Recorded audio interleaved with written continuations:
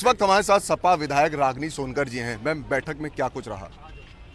जी, आज समाजवादी पार्टी के कार्यालय में आदरणीय राष्ट्रीय अध्यक्ष श्री अखिलेश यादव जी के उपस्थिति में बैठक हुई और मॉनसून सत्र में होने वाली जो भी बातें हैं उसके बारे में डिस्कशन हुआ।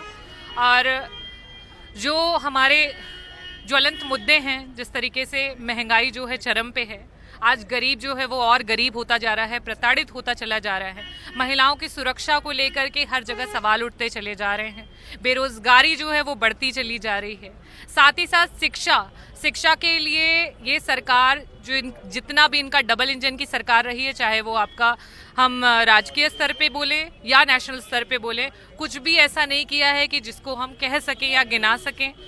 और साथ ही साथ ये जो भी चीज़ें ये करते हैं उसके पीछे इनका एक पर्टिकुलर एजेंडा होता है जिस पे ये काम करते हैं। तो हम बहुत सारे मुद्दे हैं उनको लेंगे और अपनी बातों को रखेंगे। क्या रागिनी सोनकर इस बार भी पिछली बार की तरह शायराना अंदाज में सरकार पर हमलावर रहेंगी, और हमलावर रहेंगी तो किन मुद्दों को लेकर के रहेंगी? देखिए, चाहे वो शायरी हो, चाहे पोयम हो या फिर कोई गीत हो, जब देश की आज़ादी के लिए भी लड़े थे तो वंदे मातरम हमने गाया था।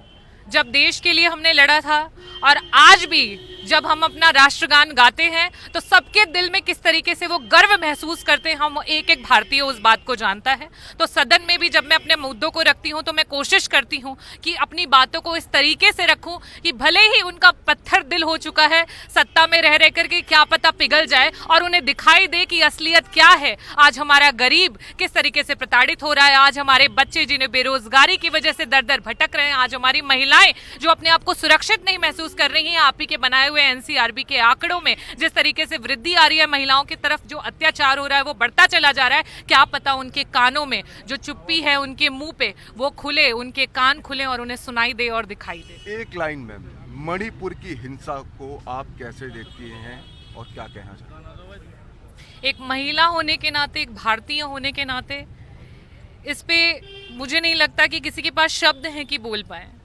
एक कहते हैं कि बहुत ही ऐसी हिंसा के बारे में कोई सोच भी नहीं सकता है सपने में, और जो हो रहा है आज देश का एक प्रदेश है जो कि जल रहा है और इतनी बुरी तरीके से जल रहा है, और आए दिन महिलाओं के साथ, बच्चियों के साथ, नाबालिग बेटियों के साथ और साथ ही साथ हर वर्ग के लोगों के साथ जो उत्पीड़न हो रहा है बड़ा ही कष्टकारी है।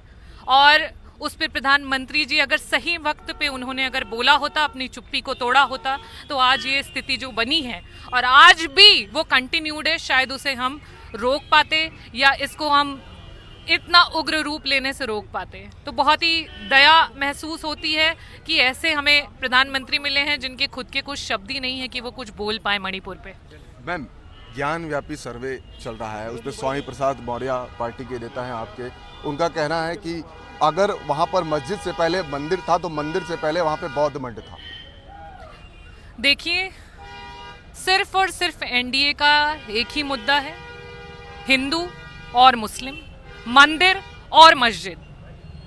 आज मेरे साथ पत्रकार बंधु हैं, साथ ही साथ हमारे बीच में कार्यालय के बाहर हमारे जनता भी खड़ी है और मेरी बातों को सुन रही है, और सब जानते हैं कि इससे बड़े मुद्दे हैं जो आज सामने खड़े हैं, जिसके लिए देश, हमारी धरती मार हो रही है। और जिस तरीके से ये हो रहा है इसको रोकने की बहुत ज्यादा जरूरत है। ये हिंदू, मुस्लिम, सिख, ईसाई, हमारा जो नेशन है ये बताता है हम सेक्युलर कंट्री है, भाई भाई हैं, एक दूसरे में नफरत की कोई बात नहीं है। ये नफरत नहीं फैलाना है, एक दूसरे के साथ जैसे हम इतने सालों से रहते चले आए वैसे ही रहना है और एकाग्रता से रहना है, मजबूती से रहना है। ये कोई मुद्दा ही नहीं है। मुद्दा ये है कि आज अगर हम अंडर डेवलप्ड कंट्री हैं तो इसे डेवलप बनाने के लिए, इसको बेहतर बनाने के लिए, कि जो आगे आने वाली पीढ़ियां हैं वो कहे कि हाँ हमारे लोगों ने कुछ किया कि आज हमें ये मिला है। ये कहने करने की जरूरत है, ना कि ये बताने की जरूरत है कि हम मुस्लिम हैं, हम हिंदू हैं, हम सिख हैं, हम ईसाई हैं, यहाँ मंदिर था, यहाँ मस्जिद था। अरे मैं तो कहती हूँ कि अगर मन में आस्था हो तो आप घर पे बैठ करके भी अगर हाथ जोड़ के भगवान को याद कर ले तो भगवान आपके मन में है, आपके घर में है। मुख्यमंत्री जी ये कह रहे हैं कि मुस्लिम समाज को आगे आना चाहिए और प्रस्ताव रखना चाहिए कि गलती हुई है। अब इसमें तो मैं क्या ही बोलूं, इस पे मुझे लग रहा है जनता स्वयं ही बोलेगी। तो ये थी सपा विधायक रागिनी सोनकर जी, जिनका कहना है कि इस पे मैं क्या बोलूं, इस पे तो जनता ही बोलेगी। तो सपा की जो रागिनी सोनकर विधायक जी हैं वो बैठक से निकली और उन्होंने बताया कि जो मुद्दे रहेंगे वो जोर शोर से विधानसभा सत्र में उठाए जाएंगे। कैमरा पर्सन सचिन सैनी के साथ मनोज पांडे, लखनऊ न्यूज़ 24।